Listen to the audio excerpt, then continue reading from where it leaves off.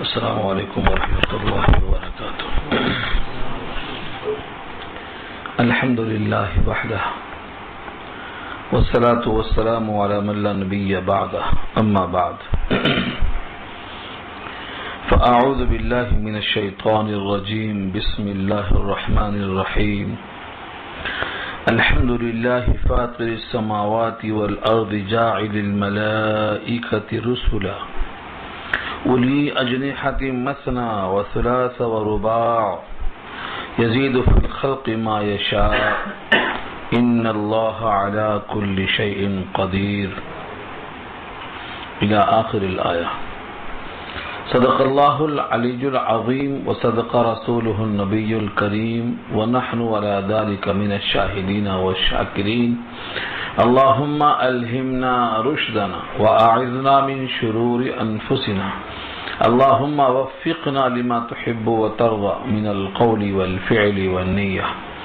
رب اشرح لی صدری ویسر لی امری واحلل عقدۃ من لسانی یفقہوا قولی. آمین یا رب العالمین. محترم حضرات، معزز سامعین، محترم خواتین، میری ماں اور بہنوں، ملی بھائیوں، آج کی گفتگو کا عنوان ہے سورہ فاطر. سورہ فاطر یہ مکی صورتوں میں شامل ہے، کل 5 رکوع پر مشتمل ہے، اور اس سورت کے اندر مضامین عقیدہ آخرت اور توحید رسالہ سے متعلق ہیں. کل آیتیں 45 ہیں. سورہ فاطر کا نام پہلی ہی آیت میں لفظ فاطر آیا ہے، اسی کی مناسبت سے اس کا نام سورہ فاطر رکھا گیا ہے. فاطر کے معنی آتے ہیں پیدا کرنے والا، لیکن جیسے خالق کے معنی تخلیق اور پیدائش کے آتے ہیں، فاطر میں تھوڑا سا فرق ہے. خالق کے معنی مطلق تخلیق ہے، لیکن فاطر کے معنی بالکل نئے سرے سے پیدا کرنا، جس کا کوئی پہلے سے ڈیزائن نہ ہو، پہلے سے کوئی اس کی شکل نہ ہو، پہلے سے کوئی اس کا نمونہ موجود نہ ہو. نئے سرے سے، نئے ڈیزائن سے، بالکل پہلی بار جو شکل دی جائے اس کو فاطر کہا جاتا ہے. تو اللہ تعالی کا صفاتی تذکرہ اس آیت میں کیا گیا ہے کہ وہ فاطر بھی ہیں، وہ جاعل بھی ہیں، وہ خالق بھی ہیں، اور وہ ممسک بھی ہیں. یعنی اللہ تعالی اپنے مختلف قدرت کے اظہار کو یہاں پر پیش کیا ہے. پہلا جملہ ہے الحمدللہ، تمام تعریف اللہ کے لیے ہے، گویا دعویٰ ہے. تمام شکر اللہ کے لیے ہے، یہ دعویٰ ہے. کیوں؟ اس لیے کہ وہ زمین و آسمان کا پیدا کرنے والا ہے. فاطر السماوات والارض، یہاں سے اس کی دلیل شروع ہوتی ہے. گویا اللہ کا شکر اور اللہ کی تعریف اس لیے ہے کہ وہ زمین اور آسمان کو نئے سرے سے بلا کسی سابقہ نمونے کے بالکل پیدا کرنے والا ہے. یہ ہے اس کی وجہ. جب خالق سے پہلے فاطر ہے، اور فاطر کے معنی نیا نمونہ، یعنی بلا کسی سابقہ نمونے کے پیدا کرنا. 7 زمین اور 7 آسمان، اور آسمانوں کے لیے کوئی ستون نہیں، بلا ستون کے پیدا کرنا. اور پھر ایک آسمان دوسرے آسمان کے درمیان میں 500 برس کی مسافت رکھنا. پھر اس کے مختلف قسم کے صفات کئی صورتوں میں آ چکے ہیں. تو یہ فاطر کا مفہوم ہے، پیدا کرنے والا. اردو میں جو ترجمہ خالق کا ہے وہی فاطر کا ہے، اردو کی یہ مجبوری ہے. عربی میں فاطر اور خالق میں یہ فرق ہے. فاطر السماوات والارض، آسمانوں کا اور زمین کا پیدا کرنے والا. جاعل الملائکۃ رسلا، جاعل، جعل اس کا مادہ ہے، اور جاعل کے معنی کسی کام پر لگانا. جاعل کسی کو گورنر بنا دیا، تو گورنر بنانا کے واسطے جعل آئے گا. کسی نے اپنا مشیر خاص بنا لیا تو وہ اس کے لیے جعل آئے گا. اللہ تعالیٰ نے فرشتوں کو بحیثیت رسول اور قاصد کے بنا لیا، جعل یہاں آیا اسی واسطے. کسی کام پر لگانا، کسی کو گورنر بنا دیا تو لفظ جعل آئے گا. وہاں نہ فاطر آئے گا نہ خالق آئے گا، بلکہ وہاں جاعل آئے گا، اور جس کو بنایا ہے وہ مجعول ہے، یعنی اس کا مفعول ہے، اس کا آبجیکٹ ہے۔ جاعل الملائکتی رسلا، بنانے والا ہے فرشتوں کو بحیثیت رسول کے، رسول کی جمع رسول، قاصد پیغامبر۔ اب یہاں مطلق ہے کہ فرشتے تو قاصد ہیں، اللہ نے بنایا ہے، صرف رسولوں کی، نبیوں کی طرف یا پھر عام انسانوں کی طرف، دونوں گنجائش رکھا ہے۔ شارح نے لکھا ہے کہ یہ فرشتے انبیاء کی طرف، رسولوں کی طرف تو پیغام اللہ کا لانے والے ہیں ہی، کبھی کبھی عام انسانوں کے پاس بھی فرشتے آئے ہیں جو ایسے انسان ہیں، نہ رسول ہیں نہ نبی ہیں۔ اب اس کی مثال دیکھنا ہے تو قرآن شریف میں بہت ساری مثالیں ملیں گی آپ کو۔ مثلا حضرت مریم نہ نبی ہیں نہ رسول ہے، کیونکہ کوئی عورت نہ نبی بنی ہے نہ رسول بنی ہے، مردوں میں اللہ نے رکھا ہے نبوت کو، اور ان کے پاس فرشتے کا آنا سورہ مریم میں بہت واضح موجود ہے۔ جبریل نے بشکل مرد ان سے مخاطبت کی ہے، فتمثل لها بشرا سویا، تو غیر نبی اور غیر رسول کے پاس فرشتے کا آنا ثابت ہوا۔ ایسے ہی حضرت موسیٰ کی ماں کو پیغام لایا، وَأَوْحَيْنَا إِلَىٰ أُمِّ مُوسَىٰ، موسیٰ کی ماں کو، سورہ قصص پارہ 20 میں بات آ چکی ہے۔ تو اس طرح سے یہ رسول کا لفظ فرشتوں کے لیے عام ہے، وہ نبیوں کی طرف آئے، رسولوں کی طرف آئے اور عام انسانوں کی طرف بھی آئے، مطلق بنایا، پیغام رسانی کا ذریعہ بنایا اللہ نے فرشتوں کو، یہ پیغام دیا یہاں پر۔ جاعل الملائکۃ رسلا، تو رسولن تنوین کے ساتھ ہے، یعنی اللہ نے فرشتوں کو بنایا تو کیا بنایا، یہ اس کے لیے واضح کرتا ہے، پیغام بر بنایا، پیغام رسانی کا ذریعہ بنایا، نبیوں کی طرف، رسولوں کی طرف، عام انسانوں کی طرف، اور بھی کئی احتمالات اس میں ہو سکتے ہیں، لیکن جمہور نے یہی کہا۔ اولی اجنحۃ، اولی کے معنی یہاں پر والے کے آتے ہیں۔ قرآن کریم میں لفظ اولی اور لفظ زو، یہ دونوں کے معنی والے، ذوالمال مال والا، وہی والا کا ترجمہ ہوگا اولی کا بھی، اولی اجنحۃ پروں والے، اجنحہ جناحن کی جمع ہے اجنحہ، جناح پرندوں کے دو پر ہوتے ہیں جن سے وہ اڑتے ہیں، ان کو جناح کہا جاتا ہے۔ یطیروا بجناحیہ سورہ انعام میں آیا ہے، یطیروا بجناحیہ، پرندہ اڑتا ہے اپنے دونوں پروں سے، تو جناح اس کی جمع ہے اجنحہ، یہاں وہی استعمال ہوا ہے، اولی اجنحۃ پروں والے۔ اللہ تعالیٰ نے ان فرشتوں کو پیغام پہنچانے کے لیے پروں والا بنایا، کیونکہ اڑنا ہے، چلنے میں تاخیر ہوتی ہے، کیونکہ 7 آسمان کی مسافت کو طے کرنا ہے، اور ایک آسمان سے دوسرے کے درمیان 500 برس کا فاصلہ ہے، عام انسان تو وہاں تک سوچ بھی نہیں سکتا جانا اور آنا، تو اس لیے ان کو اللہ نے پروں والا بنایا ہے، اولی اجنحۃ پروں والے۔ پھر اوپر کتنے ہیں، مثنا 2 ثلاثہ 3 رباع 4، یہ قرآن کریم میں اصطلاحیں ہیں۔ جب یہ شکل میں آئے مثنا تو اس کا ترجمہ 2 نہیں کریں گے، 2 کریں گے، رباع آئے تو 4 نہیں کریں گے، 4 کریں گے، 2 مرتبہ کریں گے، ثلاثہ آئے تو 3 ترجمہ کریں گے اس کا، یہ انداز ہے۔ اور بین ہی یہی آیت، یہی الفاظ سورہ نساء میں آ چکے ہیں، جہاں عورتوں سے نکاح کرنے کا تذکرہ ہے، فَانكِحُوا مَا طَابَ لَكُم مِّنَ النِّسَاءِ مَثْنَىٰ وَثُلَاثَ وَرُبَاع، تو وہاں بھی کہا ہے 2 3 4، وہاں بھی مختلف باتیں آ چکی ہیں۔ خلاصہ یہ کہ اللہ تعالیٰ نے ان کے پروں کو بنایا ہے 2 پر والے، 3 پر والے، 4 پر والے، اور یہ بطور مثال کے ہیں، صرف 4 ہی ہیں، اس سے زیادہ نہیں ہے، یہ نہیں، آگے خود فرمایا یزید فی الخلق ما یشاء، زیادہ کرتا ہے وہ جتنا چاہتا ہے، فی الخلق تخلیق میں، پیدائش میں، 2 اور 3 اور 4 پہ ختم نہیں ہے، یزید زیادہ کرتا ہے وہ۔ چنانچہ مسلم کی روایت میں یہ ہے کہ حضرت جبرائیل امین کو اللہ نے 600 بازو دیے ہیں، وہی 600 پر، تو یزیدو کا ترجمہ، یزیدو وہ زیادہ کرتا ہے، کتنا زیادہ کرتا ہے اس کی کوئی حد نہیں بیان کی گئی ہے آیت میں، بس یزید کتنا معاشہ جتنا وہ چاہے، فی الخلقی تخلیق میں، اور تخلیق سے بھی عموم رکھا ہے، صرف فرشتوں کی تخلیق نہیں، کسی کی تخلیق میں وہ جتنا چاہتا ہے اضافہ کرتا ہے۔ یہاں تو ذکر چلتا ہے فرشتوں کا اور فرشتوں کے پروں کا، تو یہ تو متعین ہے کہ فرشتوں کے پروں میں اضافہ کرتا ہے تخلیق کے اعتبار سے جتنا چاہتا ہے وہ، یہاں تک کہ مسلم شریف کی روایت میں یہ بات مضمون کے ساتھ واضح ہے، جبریل امین کو 600 بازو، اور 600 بازو جبریل کو ایسے ہیں کہ وہ ایک بازو سے مشرق اور ایک سے مغرب کو چھو سکتے ہیں، بلکہ ان کو اوندھا بھی کر سکتے ہیں، الٹا بھی کر سکتے ہیں۔ قوم لوط کی بستی کو الٹنے کے بعد انہوں نے ایک ہی پر استعمال کیا تھا، اٹھایا اور پلٹ دیا، فجعلنا عالیہا سافلہ، تو 600 بازو ہیں ان کو اللہ نے عطا فرمایا۔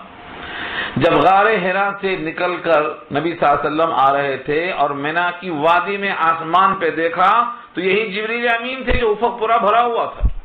اب سوچو جس کے وجود سے آسمان کا پورا افق بھر جائے وہ کیسا ہوگا، اس کی حیبت سے تو آپ بے ہوش ہو گئے تھے، جس کا ذکر سورہ نجم میں آیا ہے، فکان قاب قوسین او ادنی میں، جھک کے اٹھایا تھا جبریل نے، وہی ہے قاب قوسین، جھکنا اور جھک کے کمان کی طرح مڑنا اور اٹھانا، وہ بحث سورہ نجم میں آ چکی ہے۔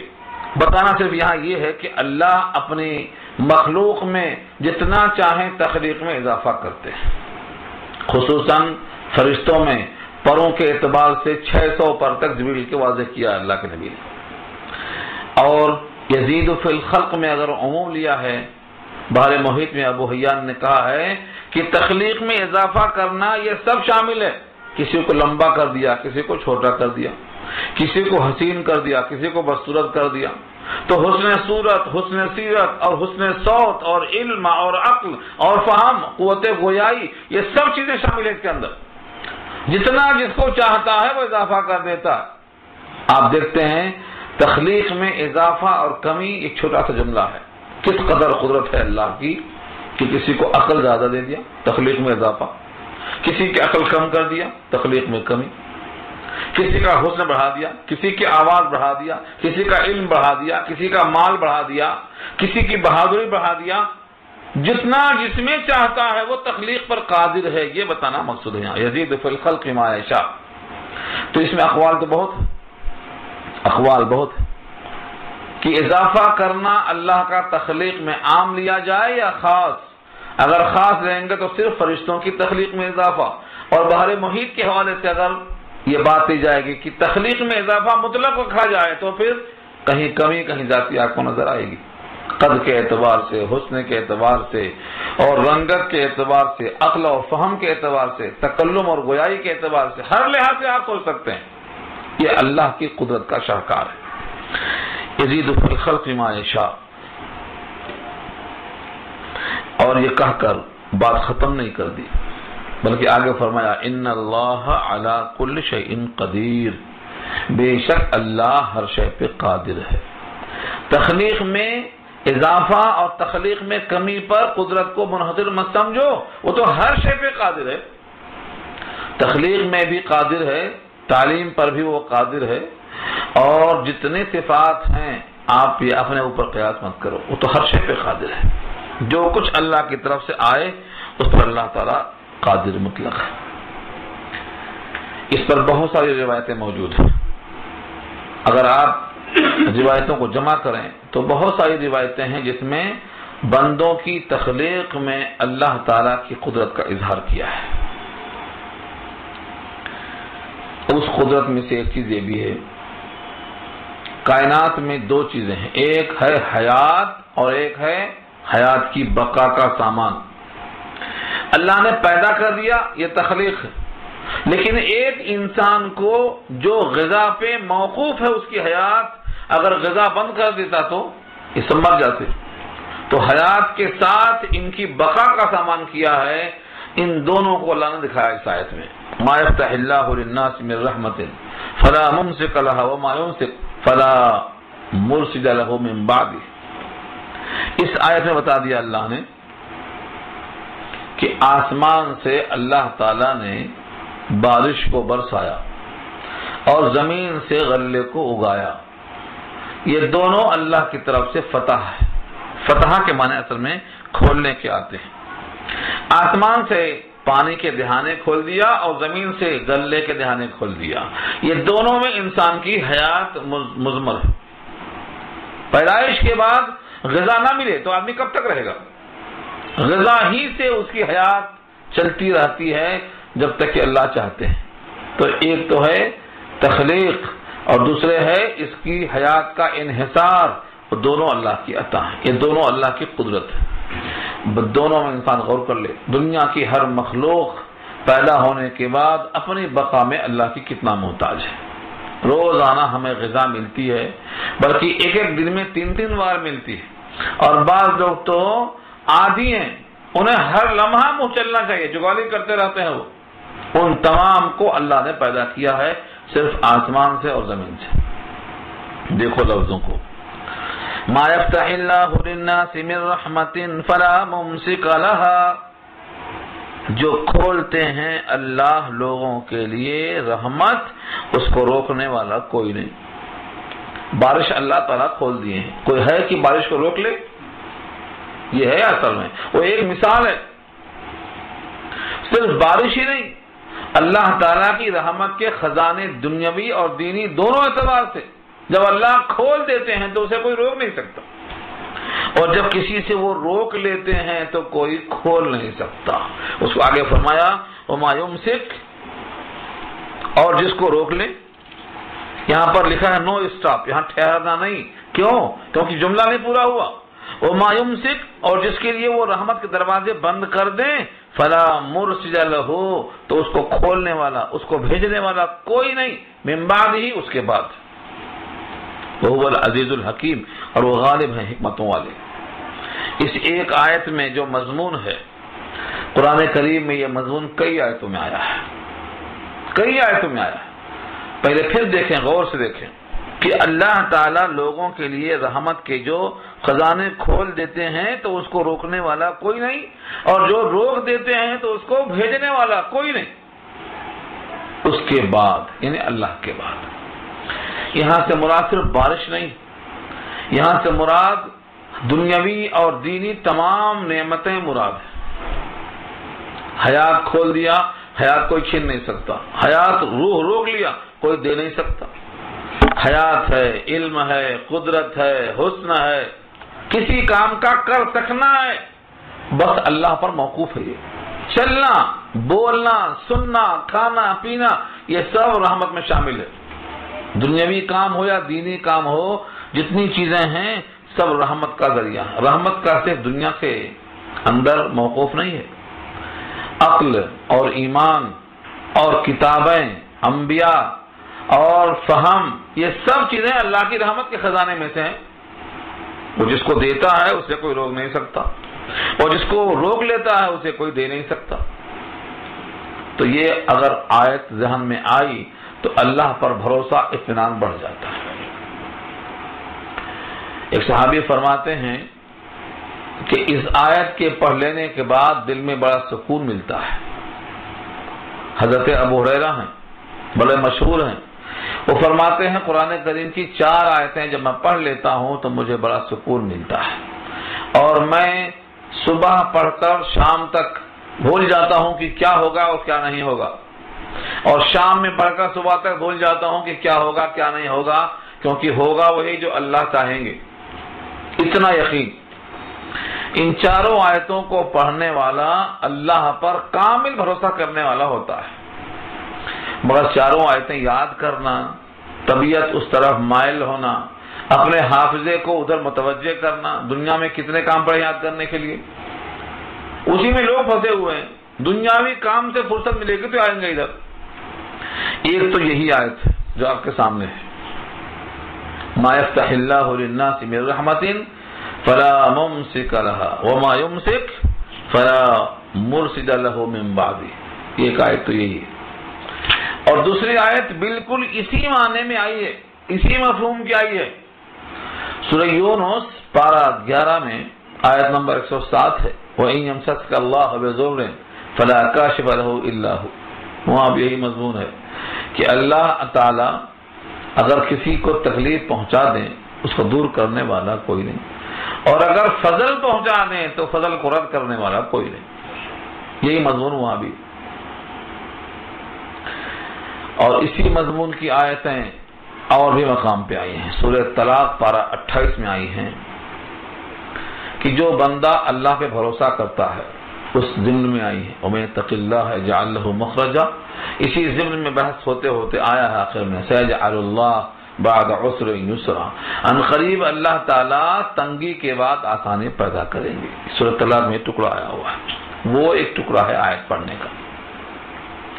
حضرت ابو ہریرہ یہ کیوں پڑھتے تھے، کیوں پڑھاتے تھے؟ تاکہ معلوم ہو جائے کہ اللہ پر کامل بھروسہ ہے، ہوگا وہی جو اللہ چاہیں گے۔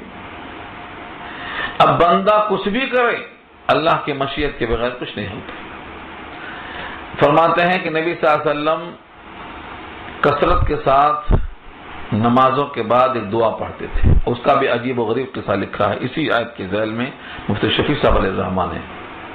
حضرت امیر معاویہ رضی اللہ تعالی عنہ جو خلیفہ تھے مسلمانوں کے، ان کا ایک گورنر تھا کوفہ میں، اور وہ گورنر بھی کوئی عام آدمی نہیں تھا بلکہ ایک صحابی تھے حضرت مغیرہ بن شعبہ۔ ان کو انہوں نے خط لکھ کے بھیجا کہ تم نے کوئی حضور کی ایسی بات جو تم نے خود سنی ہو براہ راست ہمارے نصیحت کے واسطے بھیجو۔ نصیحت دیکھا آپ نے، نصیحت کے لوگ کتنا محتاج ہوا کرتے تھے، آج لوگ نصیحتوں کو سننے کے لیے تیار نہیں۔ مغیرہ بن شعبہ نے اپنے میر منشی کو بلایا اور اس سے کہا کہ تم یہ دعا لکھو، اللہم لا مانع لما اعطیت ولا معطی لما منعت ولا ينفع ذا الجد منک الجد۔ جو انہوں نے نبی صلی اللہ علیہ وسلم سے نماز کے اندر نماز ختم ہونے کے فوراً بعد یہ دعا سنا تھا، نماز کے فوراً بعد، چنانچہ فقہا نے اس دعا کو نماز کے فوراً بعد کی دعاؤں میں نقل کیا ہے، تمام ہمارے کعبے نے لکھا ہے۔ اس کا ترجمہ کیا ہے؟ اللہم لا مانع لما اعطیت، اے اللہ جس کو آپ دے دیں اس کو منع کرنے والا کوئی نہیں، ولا معطی لما منعت، اور جس کو آپ منع کر دیں اس کو دینے والا کوئی نہیں، ولا ينفع ذا الجد منک الجد، اور آپ کی مرضیوں کے خلاف کسی نفع دینے والے کا کوئی نفع کارگر نہیں۔ ولا ينفع نفع نہیں دے سکتا، ذا الجد منک الجد، نفع دینے والے کا نفع آپ کے مقابلے میں کسی کو نہیں دے سکتا، دنیا ساری جمع ہو کر دینا چاہے تو نہیں دے سکتے۔ یہ نبی صلی اللہ علیہ وسلم پڑھتے تھے نماز کے بعد، اور اس آیت پر نقل کیا ہے مفتی شفیع صاحب نے۔ اور اس کے ساتھ ایک اور چیز میں نے آپ کو سنایا تھا، اگر وہ بھی یہاں آپ جوڑ لیں تو عقیدہ پختہ ہو جانے کے لیے بہت اہم ہے۔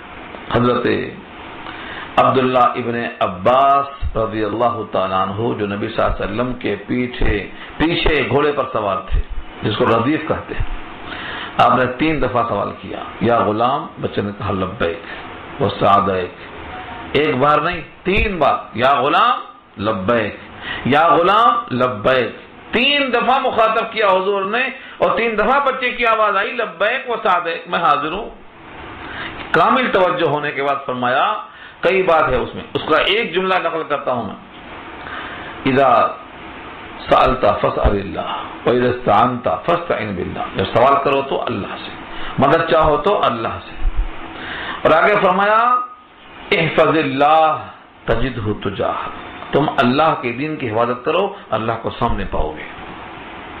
یہ تو آپ سن چکے ہیں۔ اگلا ٹکڑا فرمایا اگر ساری دنیا مل کے تم کو کچھ نفع دینا چاہے تو اتنا ہی دے سکتی جتنا اللہ نے لکھ دیا ہے، اور ساری کائنات مل کے تم کو نقصان دینا چاہے تو اتنا ہی پہنچائے گی جتنا اللہ نے لکھ دیا ہے۔ جف القلم بما انطلع، قلم خشک ہو گیا لکھ کر۔ یہ 12 سال کی عمر میں حضرت عبداللہ ابن عباس ہیں، ان کو حضور سکھا رہے ہیں۔ تو اس کا مطلب یہ نکلا کہ بندے کا نفع نقصان کامل طور پر اللہ کے ہاتھ میں ہے، اس لیے بندے کو ہمیشہ نفع اور نقصان کا مالک اللہ کو سمجھنا چاہیے۔ کبھی بھی کسی اور سے نفع کی امید رکھنا ہی غلط ہے۔ اور جب بندہ اس طرح سے کامل بھروسہ اللہ پہ کر لیتا ہے تو اسے نہ کبھی غم ہوتا نہ افسوس، نہ کسی سے توقع ہوتی ہے نہ کسی کام پر افسوس ہوتا ہے۔ ارے بھائی ہم نے تو آپ سے یہ توقع رکھی تھی، توقع رکھا ہی کیوں تھا؟ ہم کو آپ سے ایسی امید نہیں تھی، امید رکھا ہی کیوں تھا کسی سے؟ یہ ایمان کے خلاف ہے۔ یہ سب اسباب کے درجے میں، دنیا میں جتنے افراد ہیں ان سے کوئی توقع نہیں رکھنا، توقع صرف اللہ سے رکھنا، یہ ثابت ہوتا ہے یہاں سے۔ اب اگر آپ کو کسی سے توقع ہی نہیں تو پھر ان کے کسی حرکت پہ آپ کو افسوس نہیں ہوگا، آپ کو غم نہیں ہوگا، کہیں گے کہ ہمیں تم سے یہ امید تھی ہی نہیں، ہمیں افسوس کس بات کا؟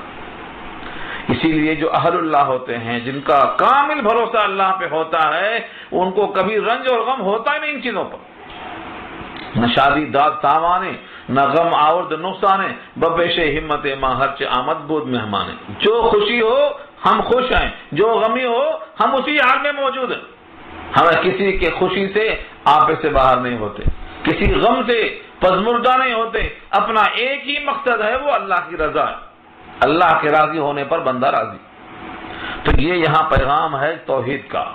اس طرح سے یہ دلیل نمبر 2 ہو گئی کہ اللہ تعالیٰ جس کے لیے دروازے رحمت کے کھول دیں اسے روکنے والا کوئی نہیں، اور جس کے واسطے وہ روک دیں اس کو بھیجنے والا کوئی نہیں اس کے بعد۔ وَهُوَ الْعَزِيزُ الْحَكِيمُ، اور وہ غالب حکمتوں والا ہے۔ اس آیت کے ساتھ یہ چاروں آیتیں نقل کیا ہے مفتی شفیع صاحب رحمۃ اللہ علیہ نے، ان کو آپ یاد کریں اور یاد کرنے کے بعد ان کو پڑھیں تاکہ اللہ پر کامل بھروسہ۔ اور یہ جو دعا ہے حسن حسین میں، یہ دعا نقل ہے مسلم کے حوالے سے، آپ یہ دعا یاد کریں، اللہم لا مانع لما اعطیت ولا معطی لما منعت ولا ينفع ذا الجد منک الجد۔ کثرت سے اس کو استعمال کریں اور ہو سکے تو مفہوم سمجھ کے استعمال کریں۔ ہمیں یاد ہیں بہت سی دعائیں بچپن میں کرا دی گئی تھی لیکن اس کا مفہوم نہیں بتایا، تو اس سے کیا ہوتا، الفاظ تو رٹ لیے ہیں لیکن وہ کیفیت نہیں آتی جب تک کہ مفہوم سمجھ میں نہیں آئے۔ تو ہماری توجہ ہمیشہ رہتی ہے کہ آپ قرآن کے الفاظ ہوں یا حدیث کے الفاظ ہوں یا دعاؤں کے الفاظ ہوں، ان الفاظ کو آپ مفہوم کے اعتبار سے جذب کریں تو آپ کی کیفیت انشاءاللہ بدلے گی۔ وَهُوَ الْعَزِيزُ الْحَكِيمُ، یہ کہہ کر آگے انسانوں کو خطاب ہے کہ یہ تم نے کچھ جو نعمتیں سنی ہیں جن کا تذکرہ اوپر آیا ہے، صرف یہی نہیں ہے، ان کے علاوہ تم اور غور کر لو۔ یا ایھا الناس، اے لوگو، میں نے پہلے بھی کہا تھا جب خطاب آمنو سے ہو تو ایمان والے مراد ہوتے ہیں، اور الناس آ جائے تو سارے انسان مراد ہوتے ہیں۔ یا ایھا الناس، اے لوگو، اذکروا نعمت اللہ علیکم، یاد کرو، اذکروا، یاد کرو، توجہ لاؤ، نعمت اللہ، اللہ کی نعمتیں، علیکم جو تم پر ہیں۔ تو چند نمونے ہیں جن کا ذکر اوپر ہوا ہے، اللہ کی ساری نعمتوں کو تم یاد کرو۔ حل من خالق غیر اللہ یرزقکم من السماء والارض، کیا ہے کوئی خالق اللہ کے علاوہ جو تم کو رزق پہنچاتا ہو آسمان سے اور زمین سے؟ سوچو، تم نے جتنے میوے کھائے، جتنی غذائیت کی چیزیں تم کو ملتی ہیں، کیا اللہ کے سوا کوئی اور خالق ہے جو تم کو یہ رزق فراہم کرتا ہے؟ تمہاری حیات جس پر موقوف ہے، آج تک تمہارے ایک دانہ گیہوں کا پیدا کرنے والا کوئی اور خالق ہے جس نے ایک جو بنایا ہو، ایک سرسوں بنا کے دیا ہو؟ جب خالق دوسرا کوئی نہیں ہے اور تمہاری حیات تمہارے رزق پر موقوف ہے اور وہ ایک ہی خالق اور ایک ہی رازق ہے، تو اس کے سوا کسی اور کی بندگی کہاں سے آ گئی؟ اس لیے فرمایا لا الہ الا ہو، لا الہ الا ہو، نہیں کوئی معبود مگر وہی، یعنی جس غذا پر تمہاری حیات موقوف ہے اس کو چھوڑ کر دوسرا معبود کیسے؟ یہ سوال ہے۔ تمہاری تخلیق اس کی عطا ہے، تمہارا وجود اس کی عطا ہے، تمہاری بقا بھی اسی کے رزق پر موقوف ہے، تو دوسرا معبود کہاں سے آیا؟ فَأَنَّا تُؤْفَكُونَ، پھر کہاں بھٹکے جا رہے ہو؟ فَأَنَّا، تو کہاں، تُؤْفَكُونَ، الٹے پھرے جاتے ہو۔ ایک طرف مانتے ہو کہ وہی خالق ہے، وہی رازق ہے، ایک طرف مانتے ہو کہ ہماری حیات اسی رزق پر موقوف ہے، دوسرا کوئی خالق نہیں۔ جب خالق ایک ہے اور رازق ایک ہے تو معبود دوسرے کہاں سے آ گئے؟ فَأَنَّىٰ تُؤْفَكُونَ، الٹے پھرے جا رہے ہو۔ یہ دلائل سننے کے بعد بھی کچھ لوگ نبی کی مخالفت کرنے والے اس وقت بھی تھے، اور آج بھی ایسے دلائل سن کر کے بھی لوگ انجان مارتے ہیں، تکذیب ہو جاتی ہے۔ تسلی کے واسطے فرمایا رب کریم نے وَإِن يُكَذِّبُوكَ، اور اگر وہ لوگ آپ کو جھٹلائیں، وَإِن يُكَذِّبُوكَ، وَإِن ہے اصل میں نون کا ادغام ہو گیا، اور اگر وہ آپ کی تکذیب کرتے ہیں، آپ کو جھٹلاتے ہیں، فَقَدْ كُذِّبَتْ رُسُلٌ مِّن قَبْلِكَ، تو آپ سے پہلے بہت سے رسول جھٹلائے جا چکے ہیں، کوئی نئی بات تو نہیں ہے، یہ پرانی بات۔ کتنے انبیاء کو، کتنے رسولوں کو قوم نے جھٹلایا ہے، تو پھر آپ کو جھٹلایا گیا ہے، تو اسی کی ایک کڑی یہ بھی ہے۔ اور یہ امت کے لیے سبق ہے کہ جب انبیاء کو جھٹلایا گیا، رسولوں کو جھٹلایا گیا، تو یہ چھوٹے موٹے دین کے داعی ان کی تکذیب ہوتی ہے، تو کیا توہین کی بات ہے اس میں کوئی توہین کی بات نہیں۔ لوگ جھٹلائیں گے، تحقیر کریں گے، بات نہیں مانیں گے، ان کا اپنا کام وہ کریں گے، یہاں تسلی کی بات ہے۔ فَقَدْ كُذِّبَتْ رُسُلٌ مِّن قَبْلِكَ، جھٹلائے گئے آپ سے پہلے بہت سے رسول، وَإِلَى اللَّهِ تُرْجَعُ الْأُمُورُ، اور اللہ ہی کی طرف لوٹائے جائیں گے سارے کام۔ جتنے امور، امر کی جمع ہے، معاملے، میٹر جتنے بھی ہیں سب اللہ کے لوٹیں گے، اور اللہ کے پاس جب لوٹائے جائیں گے تو وہاں فیصلہ ہوگا کہ کس نے کیا پیغام دیا تھا، کس نے کیا تکذیب کی تھی، کس نے اپنے حدود سے آگے بڑھ کر کے مقابلہ کیا تھا حق کا۔ ان تمام کو اللہ کے پاس پیش کیا جائے گا۔ اب ایک اور شکل یہ ہے کہ انسان کو بھٹکانے والا جو شیطان ہے وہ کس شکل میں آ کر بھٹکاتا ہے۔ کیا اس کو لوگ بھول جاتے ہیں کہ ہمارا دشمن ہے اور ازلی ہے اور ہمارے باپ دادا کا دشمن ہے؟ اس پر تنبیہ کی اللہ نے، یا ایھا الناس، اے لوگو، ان وعد اللہ حق، بے شک اللہ کا وعدہ حق، اللہ کے جتنے وعدے ہیں سب حق ہیں۔ جب اللہ کے وعدے حق ہیں تو ان پر یقین کرنے کے بجائے شک کرنا کیسے ہوتا ہے؟ تمہیں ایک دھوکے باز آ کے دھوکہ دیتا ہے۔ فلا تغرنکم الحیات الدنیا ولا یغرنکم باللہ الغرور، غرور ہے، غرور نہیں۔ جو اردو میں غرور ہے وہ تو گھمنڈ کے معنی میں ہے، اور یہ غرور ہے، دھوکہ بہت دینے والا، اس سے مراد شیطان ہے۔ تو دو دھوکے انسان کو لگے ہیں، ایک دھوکہ لگتا ہے دنیا کی حیات سے، دنیا کی زندگانی سے، فلا تغرنکم الحیات الدنیا، ہرگز ہرگز تم کو دھوکے میں نہ ڈال دے دنیا کی زندگی، حیات مانے زندگی، دنیا کی زندگی تم کو دھوکے میں نہ ڈال دے کہ ہم ہمیشہ رہیں گے، ہم سدا بہار ہیں، ہمیشہ شباب رہے گا، ہماری حیات گھلے گی نہیں، ہم یہیں ہمیشہ رہیں گے۔ دنیا میں لگ کر، دنیا میں بھول کر دھوکے میں نہ پڑ جانا، ایک شکل تو یہ دیا۔ دوسرے وَلَا يَغُرَنَّكُمْ بِاللَّهِ الْغَرُورُ، اور تم کو دھوکے میں نہ ڈال دے اللہ کے مقابلے میں دھوکہ باز۔ کون ہے وہ؟ شیطان۔ کیا کرتا؟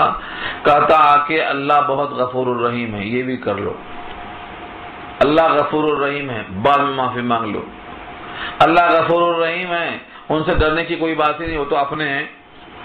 ایسی ایسی باتیں لاتا دماغ میں۔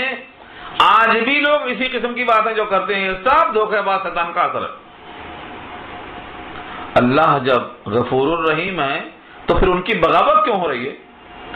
اللہ کی بغاوت کرنے کے بجائے اور شکریہ ادا کرنا چاہیے کہ ہماری خطاؤں پر بھی وہ مہربان ہیں۔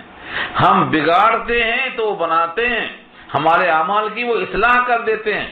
یصلح لکم اعمالکم کہا اللہ نے، یہ تو شفقت کی بات ہے۔ لیکن شیطان آ کر دھوکہ دیتا ہے، نماز پڑھنے کی ضرورت ہی کیا ہے، وہ تو غفور الرحیم ہے، وہ تو یوں ہی معاف کر دے گا۔ جب انبیاء نے نماز پڑھی ہے، اور جب انبیاء میں سے سید الانبیاء سے کہا گیا کہ آپ تو بخشے بخشائے ہیں، آپ تو معصوم ہیں، آپ کیوں اتنی مشقت کرتے ہیں؟ تو فرمایا افلا اکون عبدا شکورا، کیا میں اپنے بندگی کا کامل مظاہرہ نہ کروں کہ میں شاکر ہوں؟ جس اللہ نے مجھے معصوم بنایا ہے، میں اس اللہ کے سامنے مشقت کرتا ہوں اس لیے کہ میں شاکر بندہ بننا چاہتا ہوں۔ تو شکرانے کی بات ہے تو شیطان آ کے بھٹکاتا ہے۔ شیطان کیسے کیسے بھٹکاتا ہے، اس کے پورے حالات دیکھنا ہے تو تلبیس ابلیس پڑھ لو، کیسے چکما دیتا ہے وہ، کیسے بھٹکاتا ہے وہ، کیسے آتا ہے، کس کے پاس کیسے آتا ہے، ہر ایک کے پاس آتا ہے، بزرگوں کے پاس، علماء کے پاس، انبیاء کے پاس، سید الانبیاء کے پاس آیا، آ کے اپنا جو کام تھا کیا۔ اب یہ اور بات ہے کہ اللہ کے جو کامل بندے ہوتے ہیں اللہ نے ان کو محفوظ کر رکھا ہے۔ اللہ نے خود کہا ہے جو میرے ہوں گے ان پر تیرا زور چلنے والا نہیں ہے۔ ان عبادی لیس لک علیہم من سلطان، جو میرے ہوں گے ان پر تیرا زور نہیں چلے گا۔ جو اللہ کا بن جاتا ہے اللہ اسے تنبیہ کر دیتے ہیں۔ آ گیا شیطان کو سمجھ جاتے ہو۔ آگے فرمایا ان الشیطان لکم عدو فاتخذوہ عدوا، ان الشیطان لکم عدو، بے شک شیطان تمہارے واسطے دشمن ہے، فاتخذوہ عدوا، اس کو بنا کے دشمن ہی رکھو، دوست نہ بناؤ، تمہارا وہ دوست ہو ہی نہیں سکتا۔ اس کی بات جو خلاف شریعت ہونے کی وجہ سے پہچانی جا سکتی ہے۔ نماز پڑھنے کا حکم اللہ کا ہے، اب نہ پڑھنے کا حکم کون دے سکتا ہے؟ دشمن نہیں دے سکتا۔ زکوٰۃ دینے کا حکم اللہ کا ہے، زکوٰۃ سے دھوکہ دینے والا کون ہو سکتا؟ شیطان نہیں ہو سکتا۔ سچ بولنے کا حکم اللہ کا ہے، اب سچ میں ہیرا پھیری کرنے والا سکھانے والا کون ہو سکتا؟ سمجھ جانا۔ جس طریقے سے دشمن کو لوگ پہچانتے ہیں، بھائی بابا نے یہ کہا تھا گھر سے باہر نہیں جانا، اب کوئی آ گیا ہے بھٹکا کے لے جانے والا تو کیا سمجھنا؟ یہ تو بابا کے خلاف بول رہا۔ آدم سے چیلنج کر کے آیا ہے شیطان کہ میں ساتھ لے کے جاؤں گا جہنم میں۔ اللہ نے تنبیہ کی ہے کہ شیطان تمہارا دشمن ہے، دشمن ہی بنا کے رکھو۔ ہر وہ حکم جو اللہ کے حکم سے ٹکراتا ہو سمجھ جانا یہ حکم شریعت میں نہیں ہے تو شیطان کا ہے، اس کے قریب نہیں جانا۔ آج دیکھ لو کتنے مسلمان ہیں جو مسلمان ہیں خاندانی لحاظ سے، لیکن شیطان چکما دے رہا، شیطان ڈانس کرتا ہے وہاں تو۔ اب اس کی تشریح کرنے کا وقت نہیں ہے کہ زندگی میں شیطان کہاں کہاں آ رہا ہے۔ اس کا ایک ہی جملہ ہے، شریعت سے انسان جہاں ہٹتا ہے وہاں شیطان کو نچاتا ہے۔ بس جہاں جہاں شریعت کو ہم چھوڑتے ہیں سمجھو وہاں ہم نے اللہ کو، اللہ کے رسول کو چھوڑ دیا ہے، اور شیطان وہاں خوشی سے ناچ رہا ہے کیونکہ ہم اس کے رپس میں آ گئے۔ تو یہاں اللہ نے کہا ہے شیطان کو دشمن بنا کے رکھو، اور دشمن کی بات کوئی مانتا نہیں، دشمن کو تو ذلیل کرتا، دشمن کو خوش نہیں کرتا۔ شیاطین کو خوش کرنے والے اور شیاطین کو اپنا بڑا سمجھنے والے، ان کو شیطان بتاتا نہیں کہ میں شیطان ہوں مجھ سے بچو، اس کی ترازو یہی ہے، اس سے بچنے کا ایک ہی راستہ۔ ان الشیطان لکم عدو فاتخذوہ عدوا، بے شک شیطان تمہارے واسطے دشمن ہے، تم اسے دشمن ہی سمجھو، اس کو دوست مت سمجھو۔ شیطان کبھی بھی کسی کے پاس آ کر نہیں بولتا ہے کہ میں شیطان ہوں اب مقابلہ کر لو، وہ تو طریقے سے آئے گا جیسے آدم کے پاس آیا تھا، یہ پھل کھا لو ہمیشہ رہو گے جنت میں۔ آدم نے وہ پھل کھا لیا، کیوں؟ شیطان نے قسم کھائی تھی میں تمہارا خیر خواہ ہوں۔ آدم کو یہ باور کرا دیا کہ میں تمہارا خیر خواہ ہوں، اگر تم یہ پھل کھاؤ گے تو جنت میں ہمیشہ رہو گے۔ پھل کھلا دیا، لباس اتر گیا۔ تو آج بھی شیطان آدم کے بیٹوں کے پاس اسی انداز میں آتا ہے کہ میں تمہارا خیر خواہ ہوں۔ شان ہے، شادی میں اگر دھوم نہیں ہوگی تو لوگ کہیں گے اس کی شادی ختم ہو گئی، کما کے کیا فائدہ ہوا؟ کمایا کس کے لیے؟ کمایا اولاد کے لیے، اولاد کے لیے کمایا ہے، لیکن اولاد کو جہنم میں داخل کرنے کے لیے نہیں، جہنم سے بچانے کے لیے کمایا ہے۔ اولاد کے لیے کمایا ہے، اگر اولاد کے لیے ناجائز اور جائز دونوں کام کرے گا تو شیطان خوش ہوگا، اللہ خوش نہیں ہوں گے۔ یہ ہے اصل چیز پہچاننے کی۔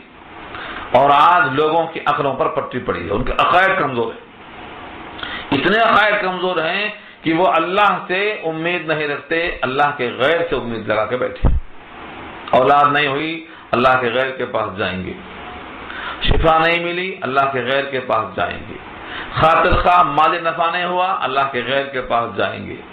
جب کبھی اللہ کے پاس آنے سے فوراً ان کو فائدہ نہیں ہوتا تو اللہ کے غیر کو پکڑنا چاہتے ہیں، حالانکہ اللہ کے غیر میں قیامت تک فائدہ دینے کی طاقت نہیں ہے۔ یہی بتایا یہاں پر، ان الشیطان لکم عدو فاتخذوہ عدوا، شیطان تمہارا دشمن ہے، دشمن ہی سمجھو اس کو۔ انما يدعو حزبه ليكونوا من اصحاب السعير، یہ ہے دیکھو اس کا کرتوت، بتا دیا۔ اس کے سوا اور کچھ نہیں کہ وہ بلاتا ہے اپنے گروہ کو تاکہ ہو جائیں سب مل کر آگ والے، جہنم والے، اصحاب السعیر، جہنم والے بن جائیں۔ اس کا ایک ہی پلان ہے، وہ یہ ہے کہ مجھے تو جانا ہے جہنم میں تنہا کیوں جاؤں؟ اس کا پورا گروہ اسی میں لگا ہوا ہے کہ جہنم میں ساتھ مل کر جائیں گے، جہنم کو بھرنے کی کوشش کر رہا ہے۔ انما ادعو حزبہ، اس کے سوا کچھ نہیں کہ وہ دعوت دیتا ہے، بلاتا ہے، حزبہ اپنے گروہ کو، لیکونوا تاکہ سب کے سب ہو جائیں، من اصحاب السعیر، جہنم والے، اس کا پلان ہے۔